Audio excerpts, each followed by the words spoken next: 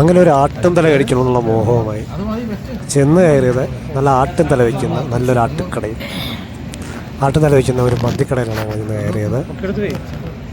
അങ്ങനെ ഞങ്ങൾ ആട്ടും തലയൊക്കെ ഓർഡർ ചെയ്തു. ആട്ടും തല എത്തി.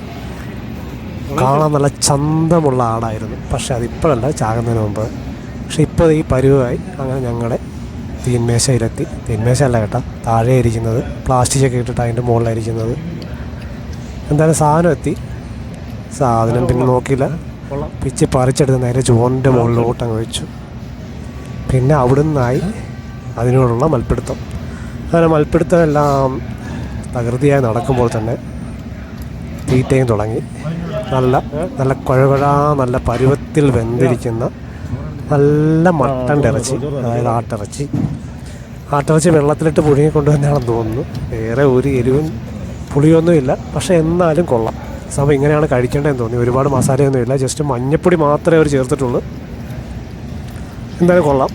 പിന്നെ അത് പാത്രത്തിൽ ഇരുന്നപ്പോൾ ചോറ് എന്തോ കഴിക്കാൻ ഭയങ്കര ബുദ്ധിമുട്ട് തോന്നി. നേരെ അത് പ്ലാസ്റ്റിക്കിലേക്ക് തട്ടിയിട്ട് പിന്നെ ഞങ്ങൾ മൂന്നും കൂടി ഒരു മൽപ്പിടുത്തം അങ്ങോട്ട് തുടങ്ങി.